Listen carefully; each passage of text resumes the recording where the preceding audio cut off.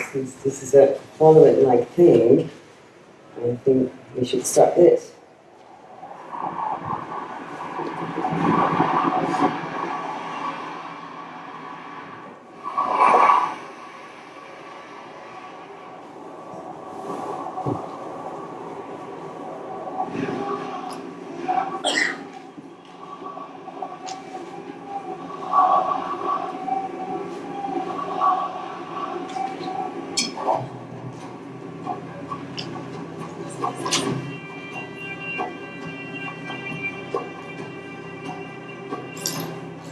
Kaçıyoruz. Saatte 140 kilometre hızla Tunus'un güneyine doğru giden bir arabanın arka koltuğunda ortadaydı.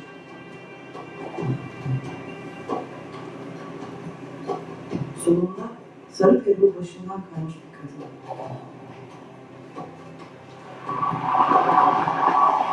Öteki tarafında kel kafasını beyaz bir örtüyle saklayan başka bir kadın.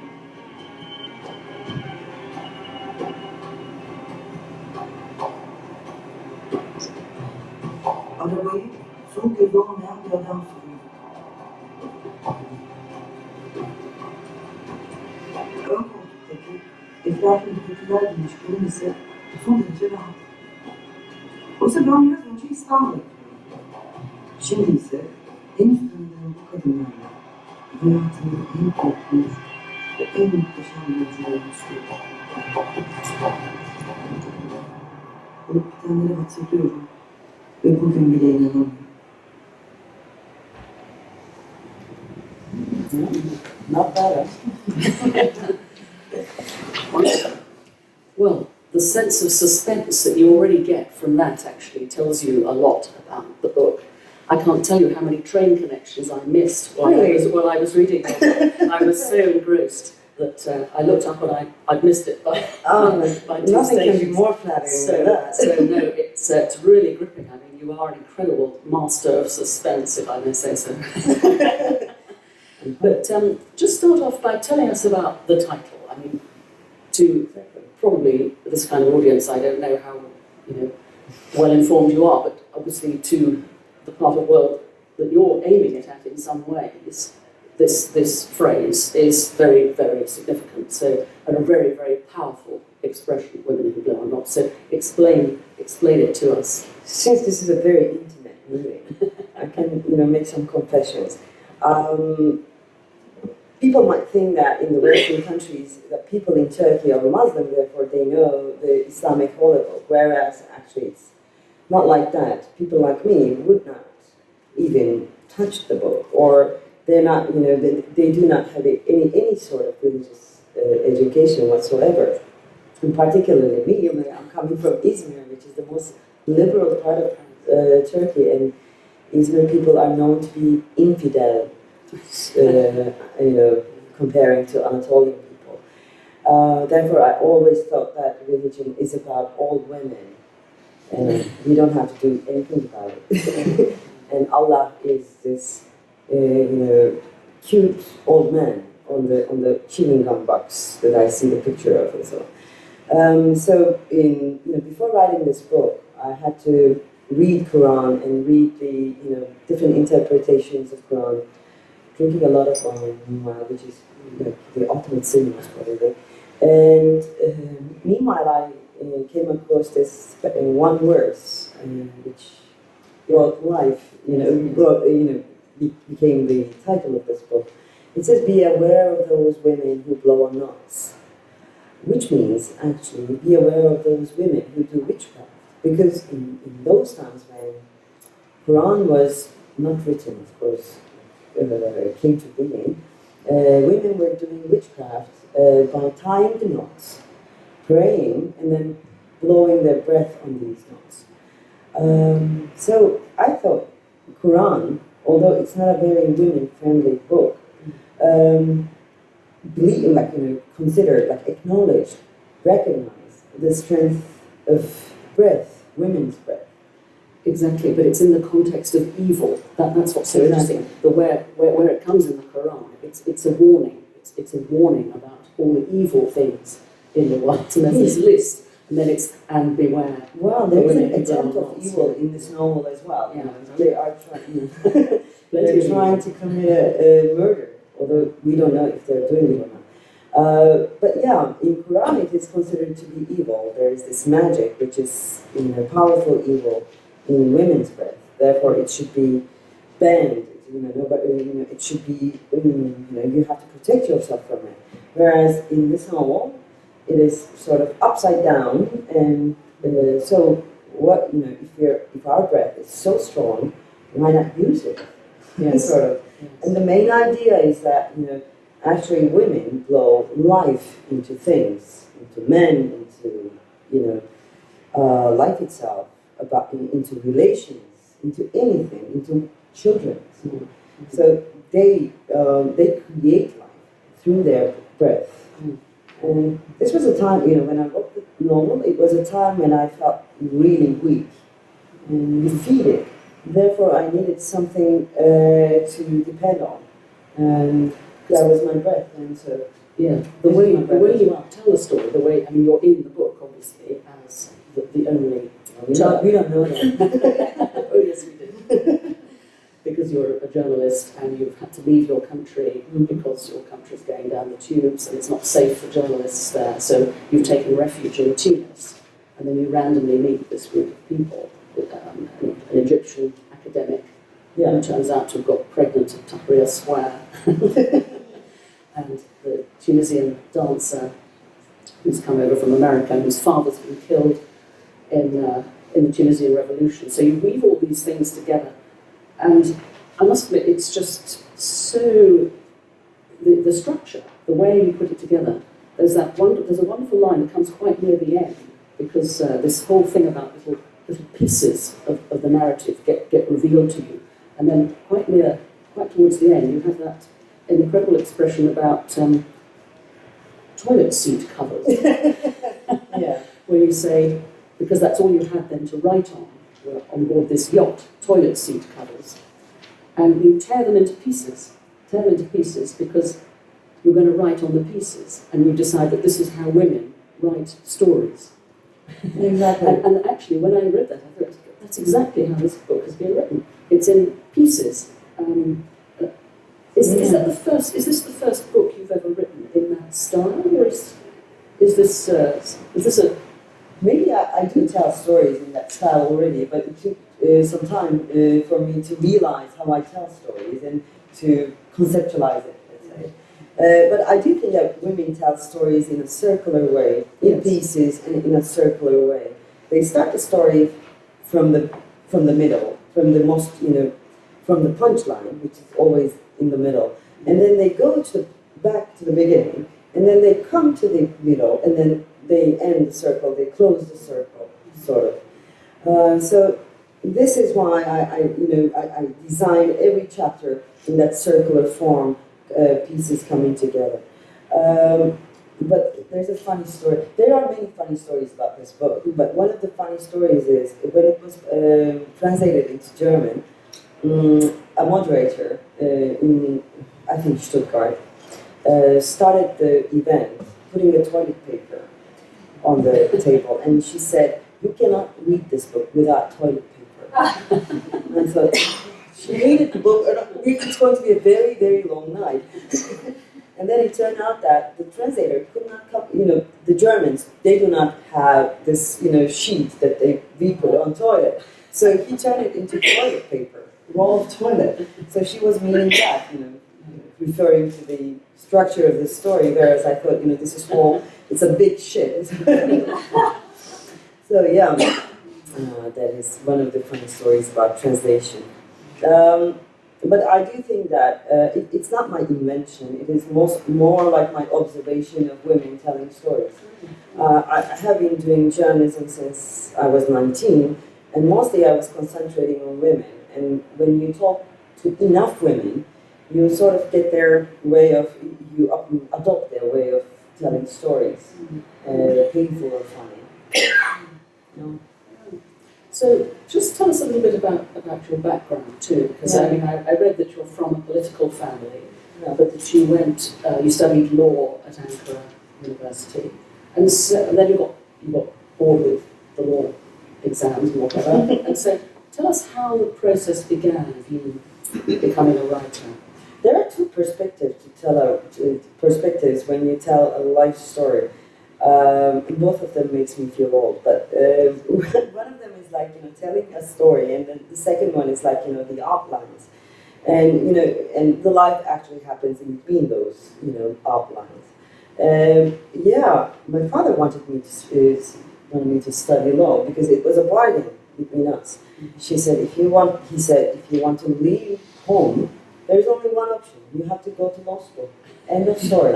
So I had to study law because I really wanted to get out the house from Izmir and so on.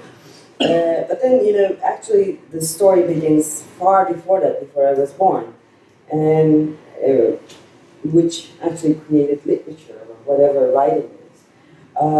Before I was born, 1 year before I was born, my mother was in prison. She was 20 years old. She was a university student, and she was distributing the last letters of 3 young men who were executed, leftists. She was distributing these letters, and she was caught, and she was in prison. And then this young lawyer came along, whose name was Errol, and he said, I'm going to rescue you from this prison. It was the military coup, days then, 1971, and there was no law, there was no justice at all. So he did something very strange. He learned that the daughter of the general, who is responsible from Izmir district, was at university. So he told his handsome friends, his handsome leftist friends, to go and seduce this girl and take her to a political demonstration and take pictures of her in that demonstration. So he took these pictures, he went to the general of the district, and he said, this Lale, there's this young girl in prison, Lale, if you don't let her out today, your daughter will be in prison as well. So this is how my father rescued my mother from the hands of the political evil. And before she even had the chance to get out, in the prison, he proposed. And for some reason, my mother said yes. Because she doesn't know this guy, actually. And, years after, I asked her, why did you say yes? And she said, he looked like he knew something. So obviously he knew something. Therefore, I and my brother are alive. This is how it all started. So once you are born into such a family, there is no life out of politics. Yeah. Your very being is about politics. So you're living in the right age at the moment. Exactly. Everything is about The egg and the sperm was, they were political. How come the baby cannot, it's no option to be, apolitical.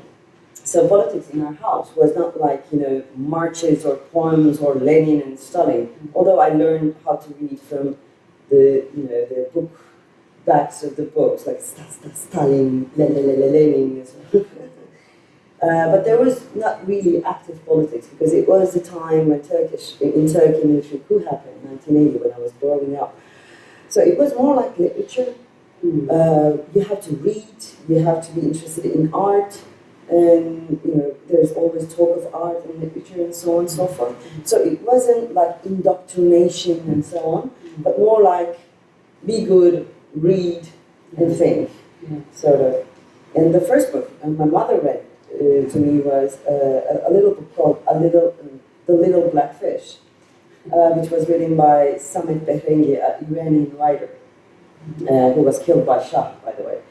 And this book was about a little blackfish all of a sudden wanting to go to the big sea to see what's going on. And then my mother read this story to me. It was an awesome story, and at the end, this little blackfish comes back and tells his stories, and everybody loves him. So my life has become that story, going to places, telling stories, coming back, telling stories, and expected to be loved. Mm. Whereas the real ending of the book, I found out like after 20 years, is not like that. Mm. The little black fish goes to the big sea. He meets people, other creatures, and so on and so forth, and he never comes back. So my mother did something really dangerous, and this is the outcome. This is why I go to places, I live in these, cities, countries, and then I write books, and desperately expecting to be loved. Still, because things never change. I'm like, I do really believe in the first books, that they actually determine your destiny in a way. So my destiny has been determined by this political men and women who changed the endings of the book. Mm. And it's interesting because you actually give there are a couple of phrases in the book where you talk about how maybe writing is a sort of hapless quest for home, and reading, your as you just mentioned yourself, your sort of quite itinerant lifestyle, which you've lived in, Beirut, you've lived in Tunis, you've now divided between Zagreb and Istanbul.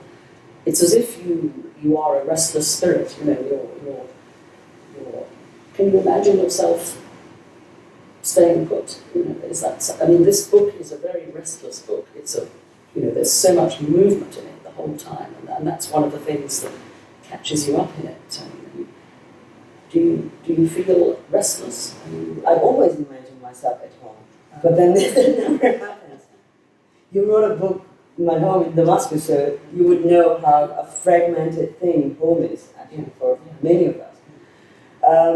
Home is a liquid thing, and not only for me, for many people, for millions of people at the moment, home is a liquid thing.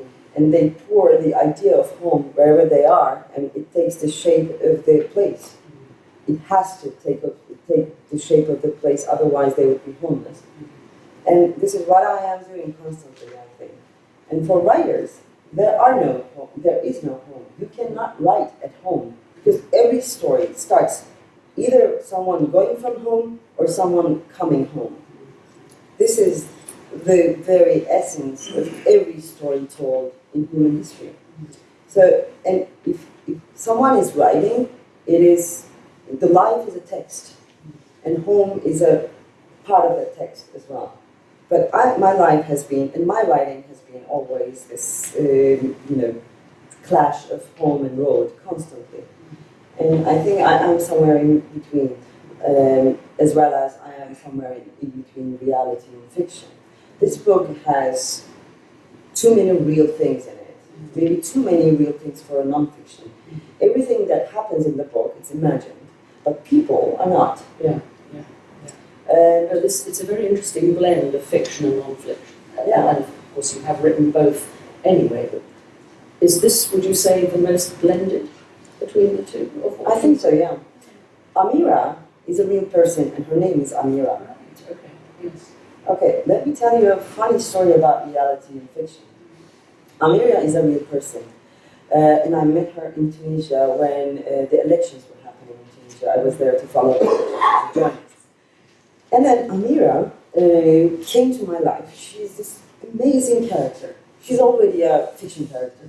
You don't have to put anything on her. Amazing person. And after I met her, I decided, like around 3 o'clock in the morning, while I was trying to kill like infinite mosquitoes, I decided to write this book.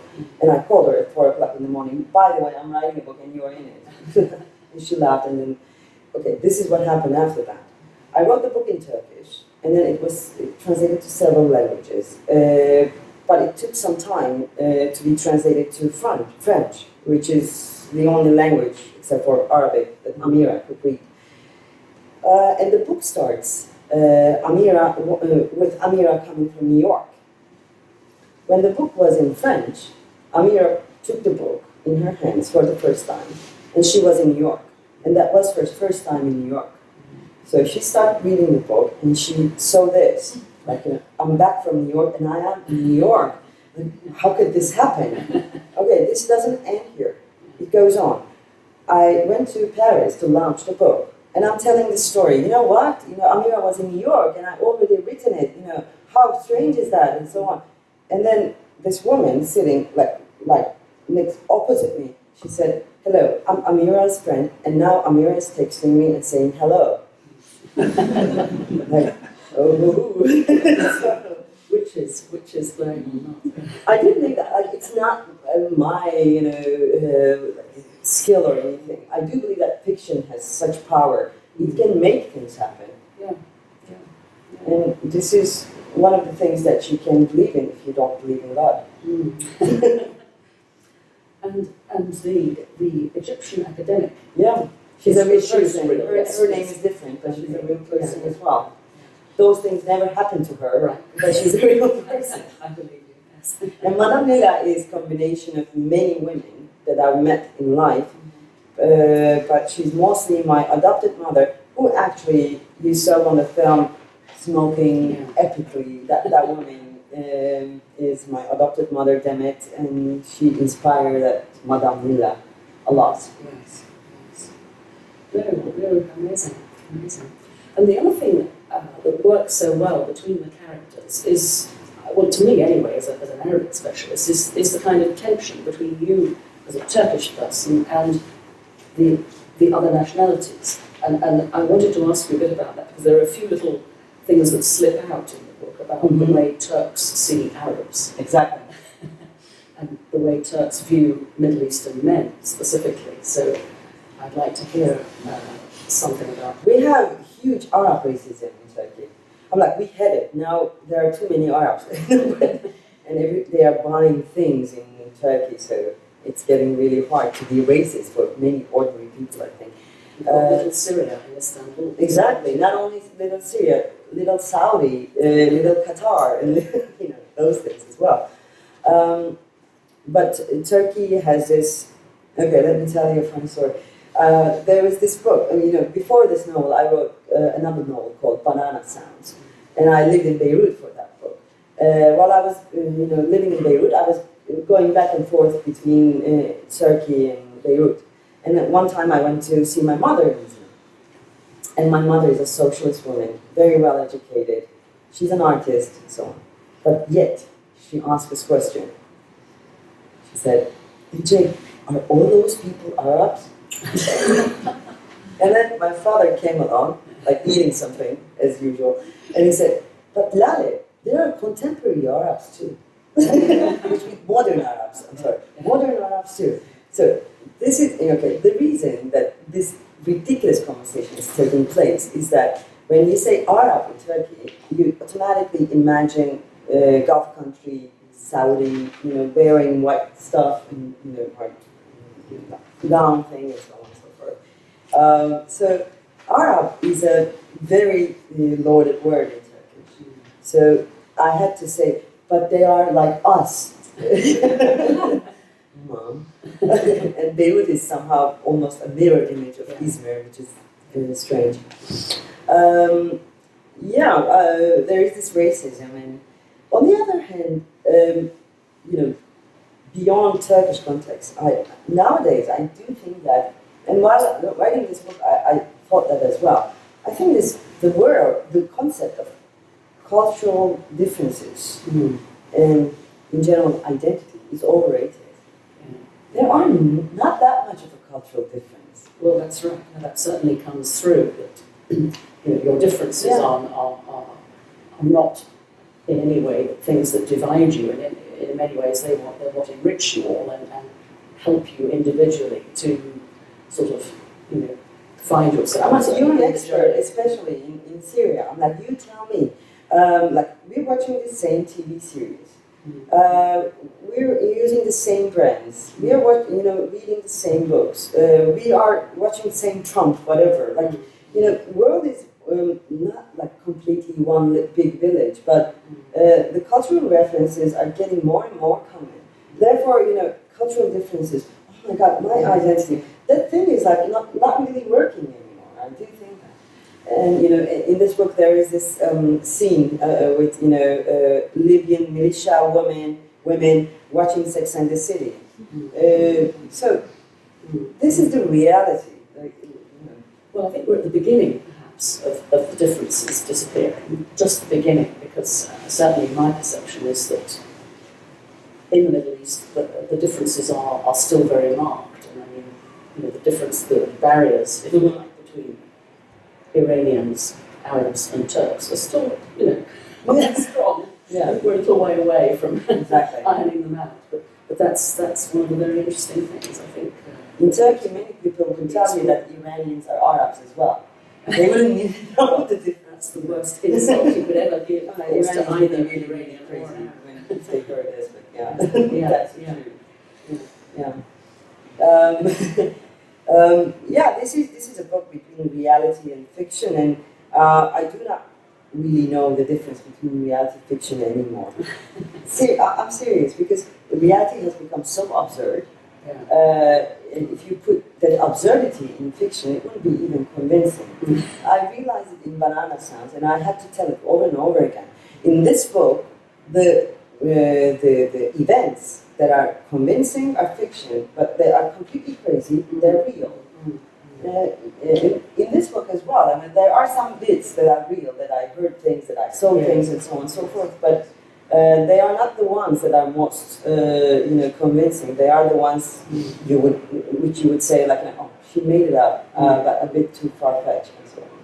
Well, when you get to Beirut, it's all very convincing, because, of course, you know Beirut very well. I mean, I think you capture it very, very, very well. There's a line in somewhere you say Beirut is so alive. You feel you're doing everything when you're doing nothing, because the city is so full of conflict and contradictions and so many things that you just have to sit there and you feel stimulated and alive and everything. I think this goes for the entire Middle East. And this, I would call the Middle East syndrome, because you don't have to do anything, yet things happen to you, therefore you have a life. Whereas you have to have a hobby in London. Yeah. Feel alive and so on. But in Beirut, you sit at a cafe and things happen. People kill each other, at least, if nothing happens. So, and even by talking about it, you are a part. You feel like as if you are part of this happening life. There's a flow, isn't there? And that's in this book. There's a flow too. They kind of go with the flow. And certainly, when you're in the Middle East, that's been my experience too. Exactly. You don't have to plan a thing. You arrive. You sit down. And life takes over. You just follow your nose and away you go. Yeah. And that is a very different Which feel, actually as you say, makes people intellectually lazy as well. Seriously, you don't have to do anything, because life takes over, as you said, and you have always something to talk about, and very important things. Yeah. It's always very important, and it is one of the best things I've ever lived. It is actually nothing. But in Costa Cafe, on Hamra in Beirut, or in Tunisia as well, it happens the same way everywhere in the Middle East, including Turkey, by the way. People sitting and start talking in their hands. Oh my God, it's so poetic to watch that. It is as if life is there and nowhere else. And that illusion, I think, makes Middle East sort of enigmatic. I don't want to mystify the whole situation, because real things are happening and people there are talking about real things, of course. But to have a distance from, and to take a distance and to watch it from that perspective, hands and voices and faces, and that extreme liveliness is making you feel like, this must be life. There is no other life, and so nowhere there is no life, and whatever. And in Turkey it is like that. But then once you're in the insanity, once you are one of them, it doesn't feel that good, of course. That's why maybe I'm not, writing at home. I was never able to write at home in Turkey, because I am in that insanity. I am one of those people that telling the story or something, asking questions, getting really, really deeply angry to my bone and so on. But writing requires taking a step back, rather like a little bit relatively emotionless state. It's not the right wording, but yeah, something like that. Yeah. And in Turkey now, I mean, do you feel? I mean, in the book, you talk about how you can't go back. You know, it's unsafe. Yeah, now and then it's it being happens to run me. up. And yet again, you've been prophetic because, of course, you wrote all of that before before the real rounding up took place. That scene took place, by the way. I was at the airport. I called my lawyer, and she said, "Let's take a vacation." So in Turkey now, do you feel you can live safely? I mean, do you have to self-censor all the time? Many people live in Turkey, so it would be really shameful to say that is like becoming very dangerous and so on. I would feel ashamed towards those people. But then I felt like the unpredictability of the situation is paralyzing one so much so that not any kind of intellectual work is impossible. And I felt like this is the moment where people outside Turkey should hear the story of Turkey because it is going to be their story very soon. Right. And I do think that when I talk about Turkey, I don't talk about Turkey, I talk about something beyond Turkey. And lately, coming from Turkey or not being able to go back to Turkey became this pitiful thing. When I go to, panels or, when I talk anywhere, people go, like, especially from Western countries, they go, what can you do for me? And I feel like a panda is going to be adopted by a website. But my answer with that, to that now is that, no, what can I do for you? Because, you're going to leave this. We are already over it. We did our share, we had our share, so it's now your turn. So let me tell you what's going to happen to you. Yeah. And it is a very awkward thing, but it happens exactly the same way in the United States, for instance, as it happened in Turkey. Mm-hmm. This is insane, and this is a global issue. It's not a problem of Turkey anymore, which is so comfortable to me. Yeah. Because when it was only Turkey's, issue, it was so difficult to talk about. Whereas now it's like, now we're in the same shed together. Let's enjoy. Yes. Yeah. Just as a matter of interest, how well would you know Eastern Turkey? Because obviously you are a representative of the sort of, the intellectual Western intelligentsia of Turkey. Yeah. And I was at a Chatham House event recently where Elif Shafak was there, and they were talking about democracy in the Islamic world. Is it even possible? And in the questions, in the questions and answers, a headscarfed Tunisian MP got up and hurled abuse at Elif Shafak and said, "Your views disgust me. This is your job, to spout this sort of intellectual stuff, but you don't really understand. You don't know the country." Does this kind of thing happen to you? I mean, have you been? Have you spent time in the east of Turkey where it is completely different, obviously, to Istanbul and Izmir? You mean Kurdish part of Turkey? Yeah. I started journalism when I was 19, and the first thing that I did, one of the first things that I did, was to go to Diyarbakir. And Turkey is such a strange country. Well, actually, many countries are like that. People in the West do not know what really is going on in the East, and to an incredible level that is like this. So I was a girl from Izmir, from completely different environment, and it was shocking for me to see the first tank on the street and to see gigantic men with balaclava and so on and so forth. Because I was as a girl from Izmir, I went out to buy a cigarette at night, which you don't do in Diyarbakir in early 1990s. So I saw what's going on, and then Kurdish issue became one of my main interests. I say. But then people, this is something that I learned in early ages.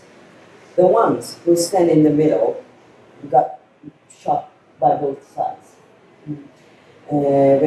Because my main goal, goal, was to tell the story of these people to these people. And in order to do that, I had to sort of translate the reality to their reality, to make it accessible for them. Because this is, it is as if there is this soundproof wall in between east and west of Turkey. And it's impossible to, impossible for these people, not impossible, but they do not want to, they do not choose to learn what's going on here. It's maybe too unbearable for them as well. So I try to do this. And then I try to do this for Armenian issue as well. Okay, listen, these guys, Armenians, okay, listen what they have been through. And I wrote a book for them, for Kurdish issue as well, for people who were on hunger strikes, on death lists, because, people on hunger strikes are completely like something inaccessible for the other. They would think, why would they do hunger strike? This is nonsense. I mean, there are other ways to resist. Really, you are so intelligent. Like, they haven't thought of this before dying. So, what I have done throughout journalism, and maybe through literature as well, to translate one side to the other constantly, which nobody asked me to do, and which is not the most comfortable life one can choose. But then everybody hates you. This is the thing. But I do think that writing is such a thing. You cannot belong to anywhere.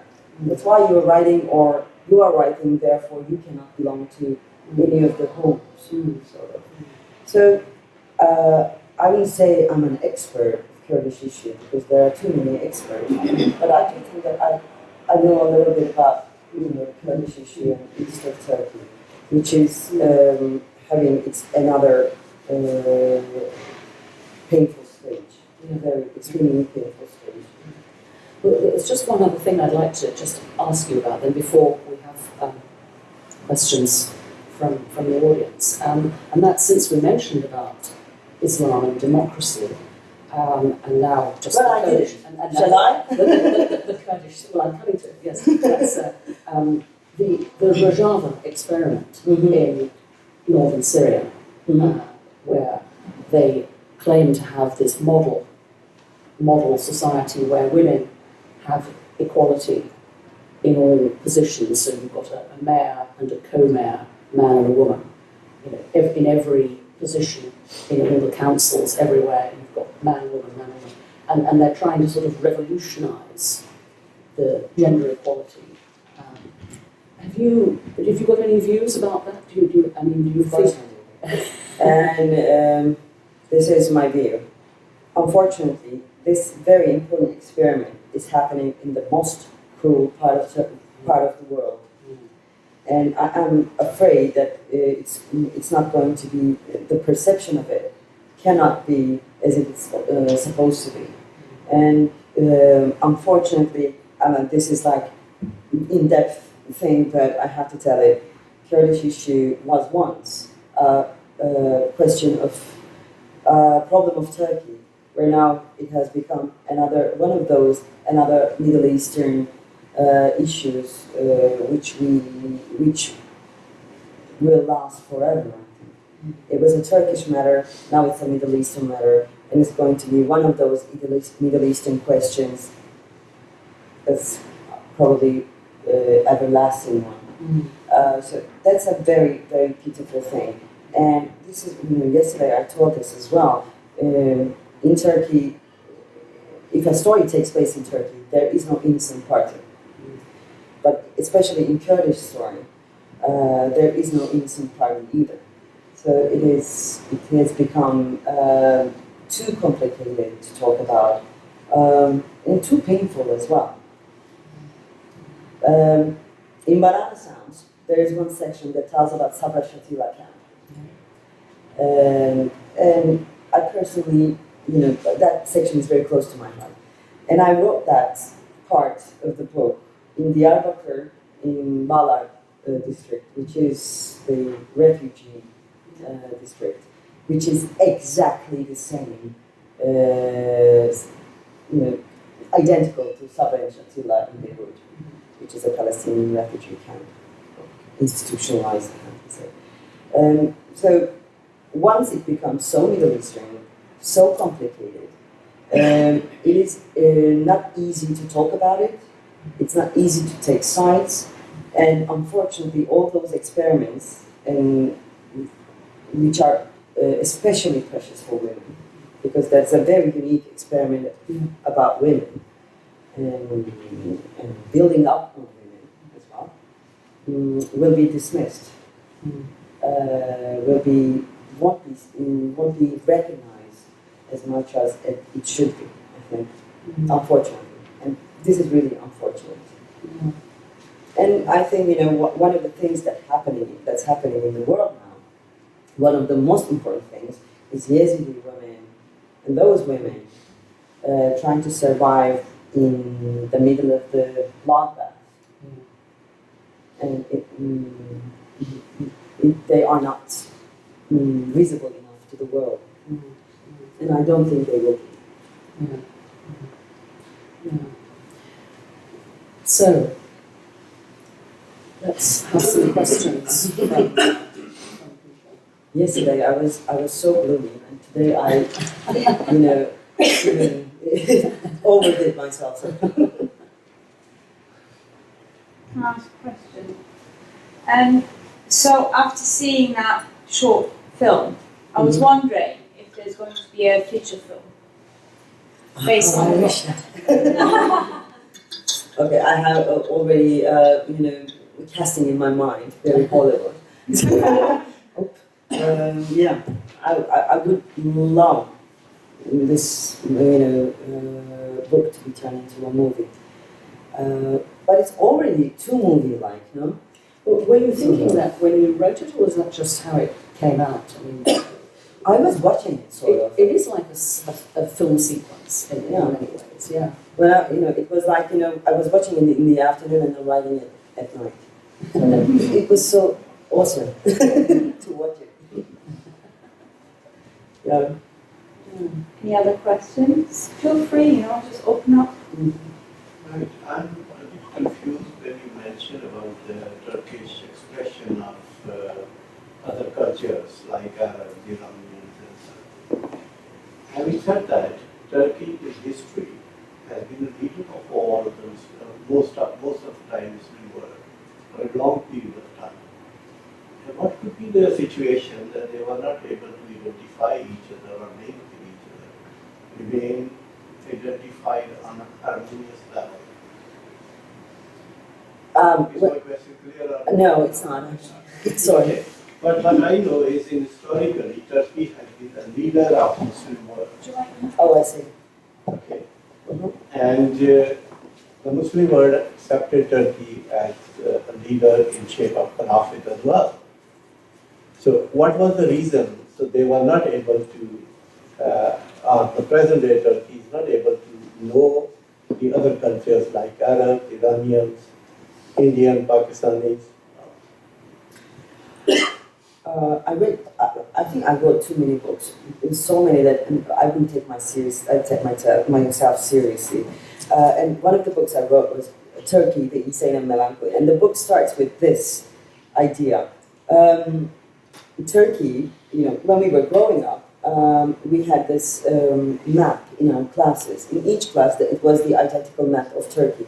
And, in the middle, Turkey is the biggest country. And there's, European countries on top, on this corner, like colorful, all detailed, lively, and so on and so forth. And there are the other countries, and all of them were grayish yellow, Soviet Union, Iran, Iraq, Syria, Lebanon, and so on. And these were, you only see the names of these countries. There were no cities in these countries, as if. And it was, this map was telling you, okay, look at that side, because we belong to that side, and these people, they're living in the desert, and there are some dirty Arabs and camels there, and that's all about it. That map was so openly actually telling the ideology of the establishment of, the idea of establishment of Turkey and so on. So when you say that Turkey is the leader of the Muslim country and so on and so forth, that is a very new thing. That wasn't like that. It wasn't like that, and it didn't consider itself to be like that. On the contrary, we were considering ourselves like a part of the West, or willing to be part of the West. Whereas these people, we're not like them. And this was like one of the important pieces of popular culture in Turkey, saying that all these Westerners, they think that we are wearing fez like Arabs. And they think that they think of us, they think that we are speaking in Arabic like Arabs, sort of. The self-perception of Turkey was something more westernized or willing to be Western. Whereas, of course, lately it has changed, and this is new Turkey now, where it considers itself to be the model country for Muslim world, Muslim country. We would never call ourselves a Muslim country like 15, 20 years ago. This is rather new. And when you speak about Turkey, you actually talk about Ottoman Empire, being the Central Empire and so on. But Turkey is an interesting country. I mean, it is a remnant of Ottoman Empire, and it has this interesting sort of conflicting weave of its past. On one side, the country considers itself as, predecessor of Ottoman Empire, but on the other hand, it distances itself from that heritage as well. So it's like, constantly clashing views of self-perception of Turkey, and Turkey's psyche, I think, is built up on that constantly clashing self-perception. Was it due to Kemal Atatürk's efforts? Mm-hmm. His doing? Well, this is a very long story, but yes, partly true.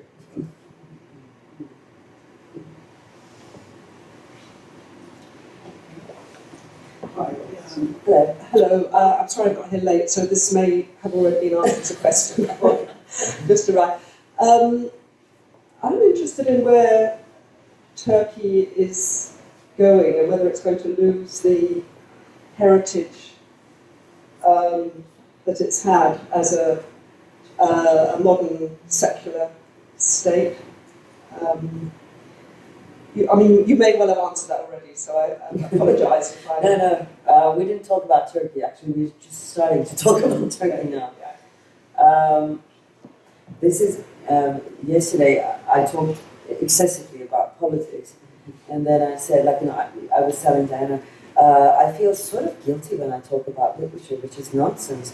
But when you come from such a country, it feels like too big a luxury to talk about literature, as if. Turkey, as we know of it, is not there anymore.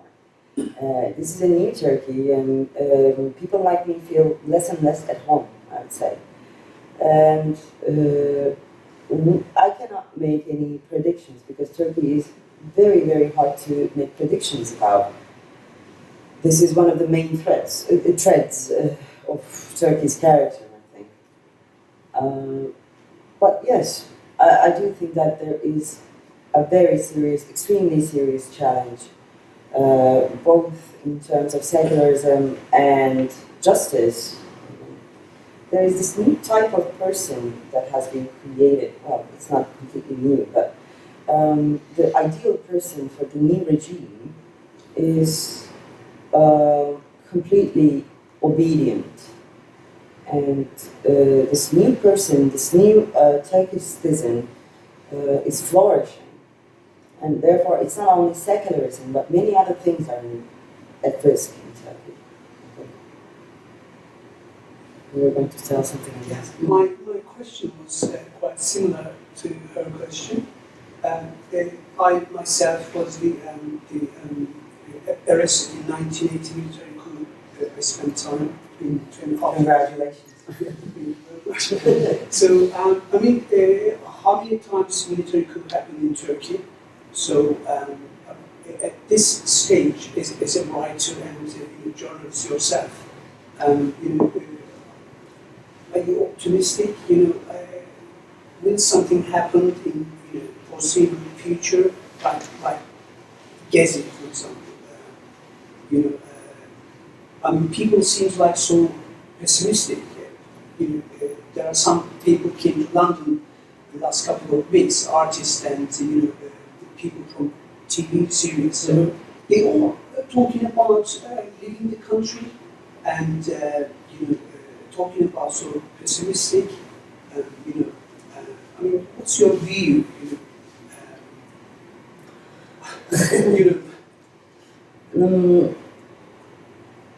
When things get really difficult, and this is not only for politics or personal matters as well, it is lovely to read history because then you understand how insignificant you are. And that gives some sort of comfort to me, intellectual comfort at least, or emotionally as well. So when these things happen, I go back to Second World War or any such event in history, in such incident in history that caused millions of people to leave their homes and so on and so forth. So I do think that being pessimistic or optimistic even is banal. Because this, one, it doesn't change anything. Second, this is not about history is not about our feelings. It's about we are living in a story, and this story has taken a very, very horrible turn at the moment. But this happened to humanity for so many times that I feel sort of cliche when I feel down or when I feel sad about it. Lately, I'm reading all that literature, Stefan Zweig, Nabokov, Walter Benjamin, Hannah Arendt, all those people that had to leave their countries and who couldn't go back to their countries. I am so angry with these people sometimes. I would say to Stefan Zweig, why not live one more year? It will be all over. It would be all over. Or like Walter Benjamin, why you left so late? You could have done it like 1 year before and everything would be great and so on and so forth. But now, I am in that situation as well, like many others. Therefore, I know that any prediction would be baseless. Any feeling would be insignificant. And I try to take it as a story. One of those stories of humanity. And I'm trying to write about it. I'm planning to write a book about this as well. Because I do think that this is not happening to Turkey, although we'd like to think it that way. This is a global matter, and it's going to be even more, it will affect many more countries. For everybody, home will be liquid, and everybody will feel more or less refugee, even if they're in their home country. So this is going to be everybody's problem. I like it when it's everybody's problem. But one of the things, just to pick up on that slightly, I read that the Turks generally are one of the most TV watching nations. The average Turk watches 5.5 hours of TV every day. And there's a series running, incredibly popular. Which one is that? The one, Village. the one Resurrection, and then the name. Village, yes. Yes, that's right. Resurrection. Yes, based on the original founder of the Ottoman Empire, and it's all kind of There was an article about that in the New York Times. Yeah, that's right. Yes, Exactly. That's right. Yes, William Armstrong. And it very much picks up the fact that this is absolutely everybody is watching this in Turkey now, because it's and it's very much feeding into Erdogan's line of Turkey the Great, make Turkey great again, and it's all the wonderful history of how Turkey became so great, and it's so popular. Everybody's loving it. Everybody's loving it. Don't say it like that. that's what Like half of Turkey loves it. Oh, yes. Half of Turkey loves it, and they said yes in the referendum. It's the same in the Arab world, by the way. It's exactly the same in the Arab world. You know, Yeah. What the Ramadan soaps coming up now, in the coming, with Ramadan starting next week, and it's the same thing. All these sort of historical dramas. That's what everybody loves. The entire nation, pretty much everyone on the planet watches these things. The particular thing about, not about that, TV show, but about such cultural fruits of this new regime, is that it makes me feel so comfortable because they don't know how to do art yet. So they cannot produce their own culture. They produce their politics, they produce their economics, they produce their social behavior structure, they produce their own psyche, whatever. But still, they cannot produce art because this art, being the silly thing, needs critical thinking. And if you don't have critical thinking, you cannot do it. So it makes me feel a little bit comfortable that they cannot create art. That is the only holding castle, I think, holding front at the moment for people like me in Turkey. They cannot make jokes and they cannot create art, which is important.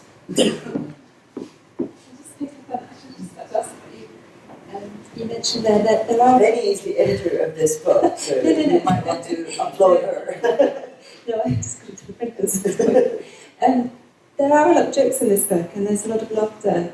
These women from 45 countries are trying to work each other out, and it seems that when they do kind of work each other out, they can have a laugh about things. I mean, in view of everything you've said just tonight, that's quite tough, but obviously you thought that was important. Love. In the book. One of the bad things about being political is you cannot speak about this in public. Like you can write a novel about it, but when it comes to speaking, I go with you about love and stuff. But this book is actually about creating a mother, I would say. Many of us, we all have mothers, but many of us actually look for new mothers because life becomes so complicated. There are actual mothers that our actual mothers sometimes cannot be helpful enough. So, or maybe a woman needs several mothers as well. I would say that, yeah. So this is about creating a mother. All these women are coming together to create a mother out of Madame Lilla. And at some point, these young women, there are moments that they are becoming the mother of Madame Lilla as well. Towards the end of the book, there is this almost irrelevant sentence. You would tell the better version of it. It goes something like, we didn't need the God if we had courageous mothers. I'm like, what would be the better version of it? If we don't have a God to love us, at least we have a courageous mother. Yeah.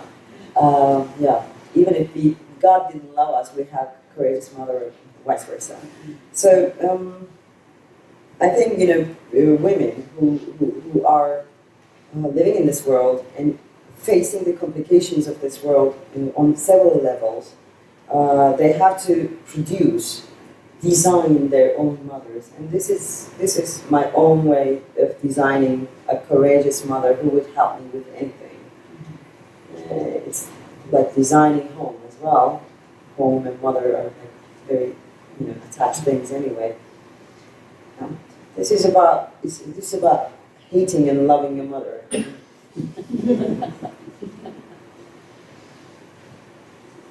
Excuse me, about what you said earlier about Erdogan making that Turkey great. We're talking about mothers and love, and you're bringing Erdogan.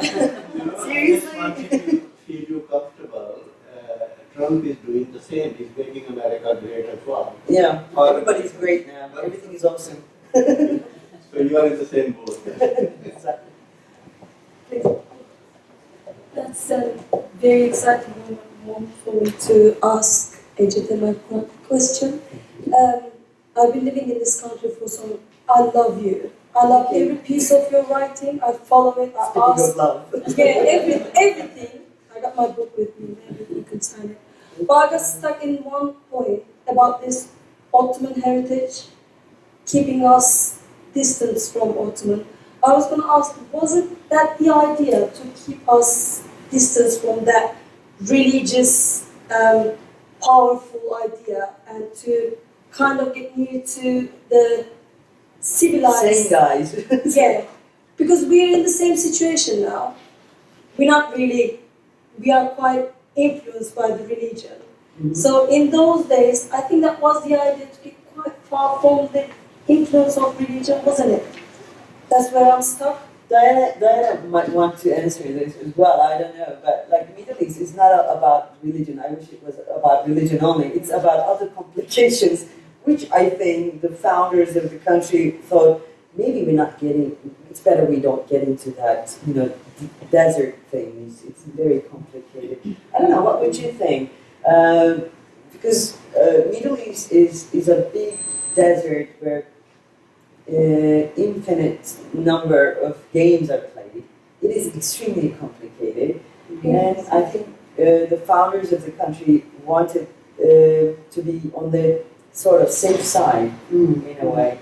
It's a very, very rough, funny explanation of things, but it's not only religion; it's other things as well. Vendettas, cycle of vendettas, and so on. Yeah. Because we were taught that in those days, that was the only thing that we could reach to, then we can. This is funny. I mean, like when I was growing up, most probably when you were growing up as well, the religious man was the evil guy in the movies, whereas it's the opposite now in those new Turkish things, so TV shows. Religious guy is the good guy, whereas in our time it was completely, opposite. So yeah, a new country is built on new images, obviously. And all depending on the religion, wasn't it? Well, as well. Yeah, Yeah. that's true. So we're back to normal now, back to base. Back to, yeah. I think So- that's all we have time for, really. Okay. But if anybody's got one last question. I think everybody. Just one thing I wanted to mention, actually, to pick up on what you said there, about the difference, in my view, between the Turkish identity and, for example, the Syrian identity, is that the Syrian identity is very much more blended. Whereas in Turkey you've got, as you mentioned, a massive dichotomy almost between East and West. Not just the Kurds, but also any Turk, ethnic Turk from the East is just a different creature, almost from a different planet. And when somebody from Istanbul comes, it is like discovering your own country, the other half of your own country. And, I'm like Syria is not like that. But Yeah, this is one of the very interesting things. Yeah, it's much more blended, No. much more mosaic culture. The reason I laughed is that I remember, especially through 1990s and early 2000s, I remember the journalists from Istanbul when they were going to Diyarbakir, they were wearing safari things, like as if they're going to the jungle. So, although Diyarbakir and Kurdish cities are normal cities where normal people live, but they were acting as if they're going on this adventure. This strange place and so on. So it was even the journalists were like that. The perception of East is completely The wilderness. wilderness, exactly, wilderness. So thank you. It was a marvelous evening. Thank you Thank you very much. Thank you. Thank you for coming.